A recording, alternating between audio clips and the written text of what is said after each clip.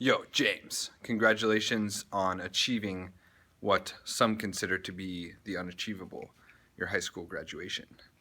Now, this is a very important moment in time, and although I can't be there to celebrate, I'm very impressed with your ability to maintain a positive outlook on life as you moved around to different locations and were faced with new people and new challenges of your own. But you've developed into someone who stands out as a prime example of an individual who really does chase what they're passionate about, what they're really into, and I can only see positive things in your future. So long as you maintain a couple core values of one, being a gentleman, and two, being a gentleman who succeeds. Now, there's a couple sort of core tenets that I think you need to follow, and luckily I've had the pleasure of seeing these core tenets manifest themselves in the form of posters. Now you'll see, let's see here. The first thing you need to focus on is getting shit done. Now, James, the reason I say find your one thing and do that one thing better than anyone else is because, as I mentioned a moment ago with Get Shit Done, a lot of people get caught up with doing what they're passionate about. But Neil Armstrong didn't say, hey, I'm passionate about going to the moon, and then the next day he went to the moon. You see, he did a lot of stuff before that, him and others, to get him to that point of being on the moon. So when saying, okay, I need to get shit done, now what kind of shit do I do? You think about one thing that you do better than anyone else. It's something when James walks into the room, everyone says James is great at that. Now, for you, this may be, I'm good at producing art, or I'm good at graffiti, and I enjoy graffiti. Now, this may be slightly outdated information, but if that's still something you believe that you're really good at, think a little bit deeper. Which part of the graffiti creation process are you best at?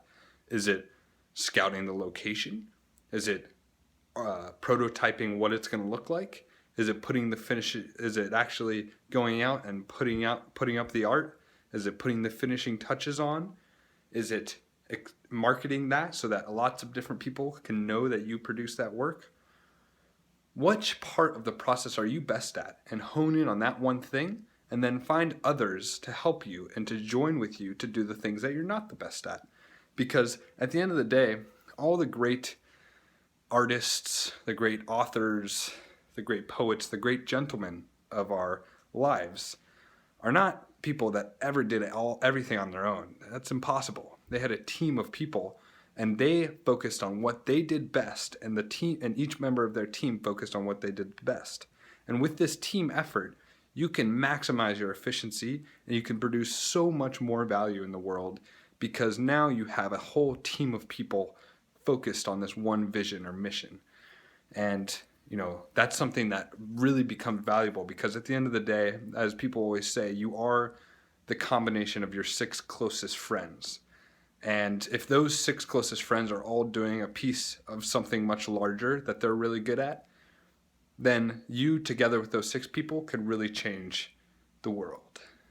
Now, again, focus on what one thing you do well, and that will breed passion. Success breeds passion, passion breeds success. It's a cycle. Find your one thing and do that one thing better than anyone else.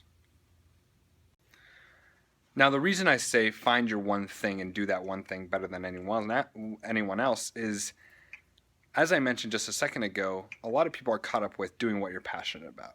But the reality is, you don't just wake up one day and you're all of a sudden doing what you're passionate about. I mean, Neil Armstrong was passionate about bouncing around on the moon. He didn't go to sleep one day and next day, he was taking that first step for man. In fact, he did a lot of stuff before that day to get to the moon. So, what did he start with? What are you going to start with? That's the question you have to ask yourself as you leave high school and you have all these different opportunities in front of yourself.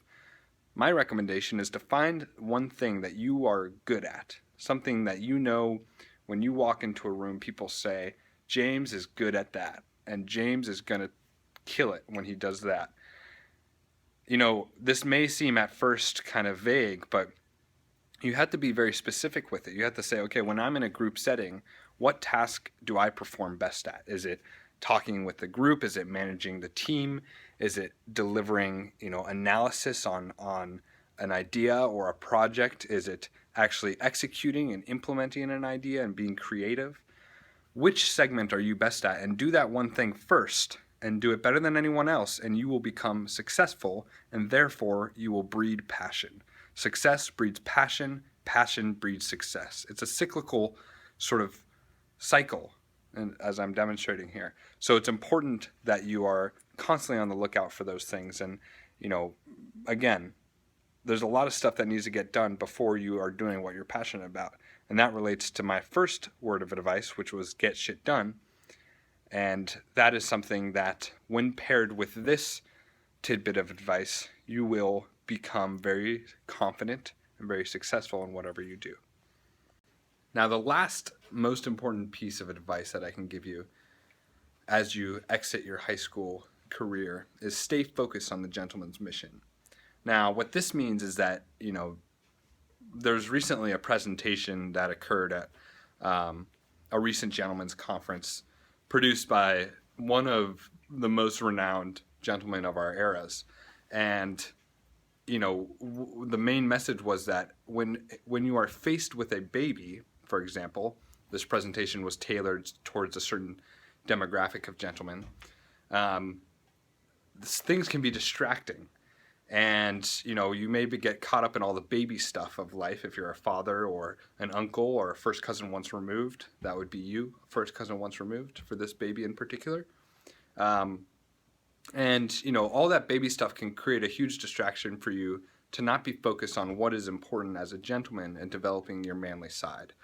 Now, the reason this applies to you in your scenario is that you are entering a phase of life where there can be lots of distractions, lots of different opportunities, directions to go, but you must stay focused on those elements of your life that allow you to be more gentlemanly, more manly, and just overall give more of an outward appearance of manliness to people. Now, this is an important step into the gentleman's conference, because with your focus on the gentleman's mission, you will come to realize some very important advice that you'd like to give to new gentlemen and existing gentlemen. And this advice manifests itself in the form of a presentation. So it is highly recommended that as you leave high school, you put your head down and you focus on, again, one thing that you do better at than anyone else, 2, getting shit done, and 3, focusing on the gentlemanly mission.